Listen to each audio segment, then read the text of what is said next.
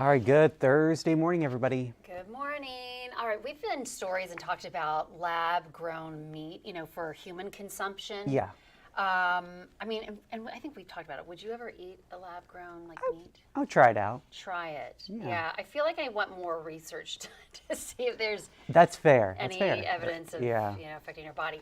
But okay, well now there is lab-grown meat for dog food. Oh. Okay, so in a world first, pet food made from lab-grown meat is now available in the United Kingdom. There it is. Chick Bites is a plant-based treat that contains 4% chicken meat cultivated in a lab.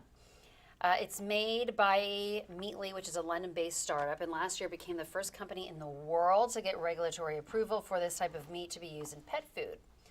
Lab-grown or cultivated meat is made by harvesting a tiny sample of animal cells and then culturing them in a steel tank along with water and nutrients. And then in a few weeks, a protein mass is produced with a much smaller environmental impact than growing a live animal and without having to kill an animal, of course. So I will say this dog does not look too happy to be eating. You're right. Eating this. Yeah, I mean, he doesn't. He actually looks like he's frowning, doesn't he? Yeah.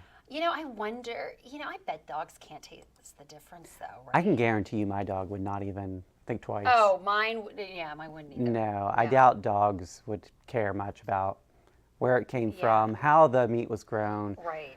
But yeah, it seems like they're using actual animal cells. It's not Right. something they're developing Yeah. out of other things. Right. I mean, the idea of it all kind of sounds gross to me. Like you just add the cells to a tank and then you add water and nutrients and then it grows and it becomes this meat substance. But anyway, again, it's all about the environmental impact, and this is less. And it's kind of, I feel like kind of where things are going. Yeah, anyway, but so. I mean, it doesn't sound too appetizing. No. Just describing it. No, it as doesn't.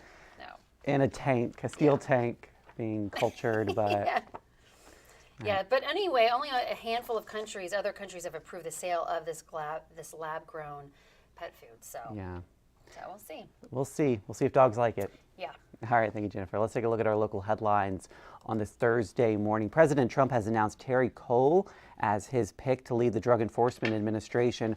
Cole is Virginia's Secretary of Public Safety and Homeland Security. Now, previously, he spent 22 years with the DEA. Governor Youngkin reacted to the news, calling him a great pick. Cole shares similar views on marijuana to the governor, claiming it is linked to several negative health outcomes. Advocates for cannabis reform have expressed disappointment in this nomination. All right, well, 1 in 6 American couples suffer with infertility, and one group of researchers believes testing options are too limited. That's why they're modernizing a decades-old sperm test. PS Fertility, which is based in Albemarle County, has developed an at-home kit that patients can mail directly to the lab. Those involved say it's not only more convenient, they claim it's also more accurate. The company's chief scientific officer hopes this will help people better understand infertility.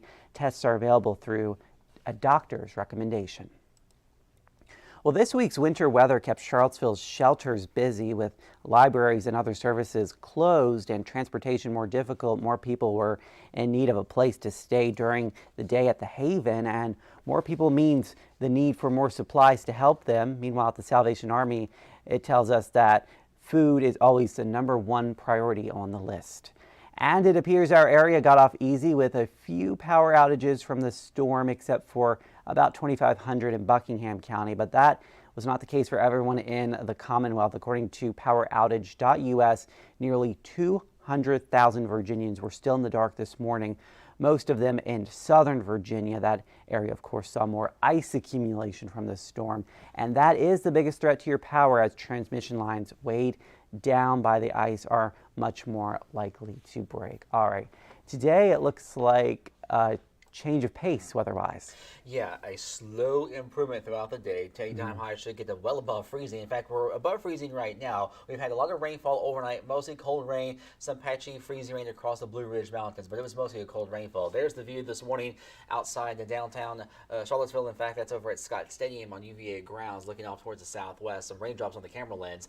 And the radar is showing a drying trend, some leftover mist and drizzle for a couple of more hours, but then by midday and beyond, some breaks of sun, turning breezy with temperatures in the low 50s by 3 o'clock today. And the quicker we get that sun to come out, the warmer it will be. Now, it's a good thing it'll turn breezy because that'll help to dry the pavement out as we go below freezing. So any slush and water overnight will begin to refreeze in the 20s by tomorrow morning. Now, Valentine's Day Friday, mainly sunny, near calm conditions, with highs a bit cooler than average. The average high now for Charlottesville is 50 degrees. We're going to be below that. And we're watching for some active weather for the weekend ahead, a high water risk. All this slush and snow is melting. On top of that, we're going to put down another inch or two of rain. If you get more than a couple of inches of rainfall, expect some flooding concerns. It looks like by Saturday and Sunday, we're in a level 2 out of 4 for high water. The risk for high water is especially across the Roanoke Valley into southwest Virginia, so that's something to watch this weekend. Colder and drier Monday and Tuesday, and Wednesday, Thursday time frame, we may be talking about another winter storm threat. So next Wednesday, Thursday is our next best chance for some snow and some ice. Let's not think about that now. Let's just think about the rain this weekend. Yeah, a nice reprieve from the weather, and it'll be nice and okay for your Valentine's Day plans. Yeah, don't cancel those plans. It should be Yeah. A-okay tomorrow. Yeah, the pavement will be dry, no other issues on Friday, but the weekend, if you live in a flood-prone area, make sure you watch those creeks and streams closely. Yeah, keep an eye out for that. All right, thank you, Josh, and thank you for joining us in the Morning Rush. Here's a live look at traffic on this Thursday morning. This is I-64 on Afton Mountain. It looks like there's a little bit of fog there, possibly. I don't know if that's just a rain droplet. Yeah, fog and low visibility. But you'll notice the roadways are wet. So even across the higher elevations almost 2,000 feet, we're not seeing anything in the way of ice on the roadways. Yeah, and so that's some good news. I know schools are delayed this morning. So as you head back into work and school, the roads should be fine for you this morning. I hope you guys have a great Thursday out there, and we'll see you again on 29 News at noon.